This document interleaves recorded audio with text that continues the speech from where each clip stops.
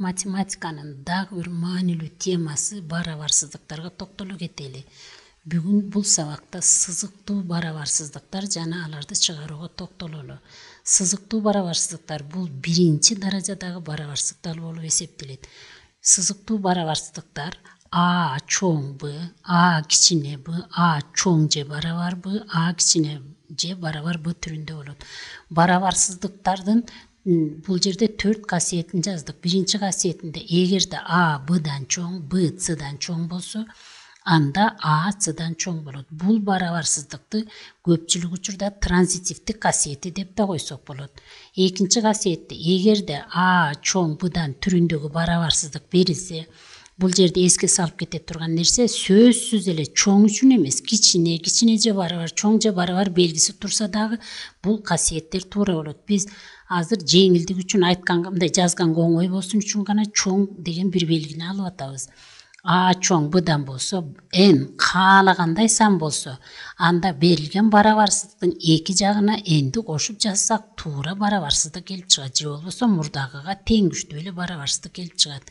Үчүнчү касиети, эгерде А чоң Б'дан болсо, бул барабарсыздыктын эки жагын оң санга көбөйтүүдөн тең күчтөгү барабарсыздык келип чыгат. Эки жагын тең оң санга көбөйтүп жиберүүгө болот экен мына.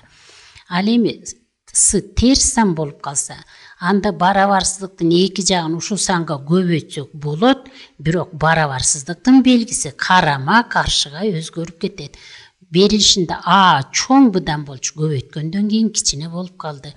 Төртүнчүсү, бул теңдемелерге чыгарууга окшош эле барабарсыздыктын бир мүчөсүн бир жактан экинчи жакка белгисин өзгөртүү менен алып өтүүгө болот дейт. Эми бул касиеттер мисал чыгарууда кандай колдоноорун көргөзөлүк. Бизге мындай мисал берилсе, муну кандай кылып чыгарабыз? Кашаларды көбөйтөбүз. Кашаларды көбөйтүүнү билебиз. 3x'ти 12x'ке көбөйтсөк 36x квадрат минус 3x'ти 1ге көбөйтсөк 3x плюс 1ди 12x'ке көбөйтсөк 12x минус 1 кичине 1 плюс.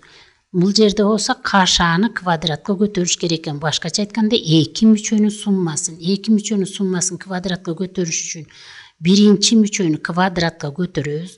6-ны x'тин квадраты 36x плюс биринчи мүчөнү экинчи мүчөгө көбөйтөбүз. 12x аны 2ге көбөйтөбүз. 24x болот. Кайра кайталайын, биринчи мүчөнү экинчи мүчөгө көбөйтөбүз. 12x аны 2ге көбөйтсөк 24x плюс экинчи мүчөнүн квадраты, 2-нин квадраты 4. Эми бул жерде белгилүүлөрдү бир жака барабарсыздык белгисинин бир жагына белгилүүлөрдү экинчи жагына топтойбуз. Анда 36x квадрат окшош мүчөлөр 3x менен 12x белгилери карама каршы болгондуктан модулу чоңунан модулу кичинесин алабыз. Модулу чоңунун белгисин коебуз. Модулу чоңунун белгиси плюс болгондуктан плюс болот. 12ден 3'тү алсак 9x калат. Барабардыктын оң жагындагы 36-ны сол жакка алып өтсөк минус 36x'тин квадраты болот. Минус 24x. Кичине барабардыктын оң жагында бош мүчөлөр 1 жана 4 турат. Бош мүчө деген өзгөрүлмөнү кармап турбаган мүчөлөр. Бул жерде өзгөрүлмө x жок, ошондуктан булар бош мүчөлөр. 1ге 4'тү кошсок 5 болот. Барабардыктын сол жагында бош мүчө минус бар. Аны оң жакка алып өтсөк, азыр эле айткан 4-чү касиеттин негизинде плюс 1 болот. Анда плюс 36x менен минус 36x жоюшуп кетет, белгилери карама каршы. Эми бул жерде 9x минус 24x болду. Минус 24x. Бул жерде белгилер карама каршы, модулу чоң 24-төн 9'ду алабыз. Анда 24-төн 9'ду алсак 15x калат. 15x 24-төн 9'ду алдык. Бирок модулу чоңунун белгиси минус болгондуктан минус белгини коебуз дагы. Кичине 6'дан 5'ке 1'ди кошсок 6 болот. Эми мунун эмнесин карайлык.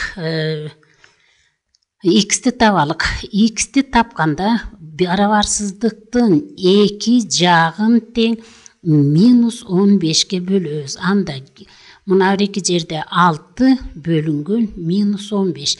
Эми белгини карайлык. Үчүнчү касиеттин эгерде с терс сан болуп калса, барабарсыздыктын белгиси карама каршыга өзгөрөт деген үчүнчү касиеттин экинчи бөлүгүн пайдалансак, мына жерде кичине белги чоң белгиге айланып кетет экен. Анда x чоң -15тен 6 болду. Башкача айтканда, бул барабарсыздыкты муну ушу боюнча калтырсак да болот, же аралык менен жазсак, анда -15тен 6дан плюс чексизге чейинки маанилерди ала алат экен. Дагы айталайм, x -15тен 6дан плюс чексизге чейинки маанилерди ала алат экен.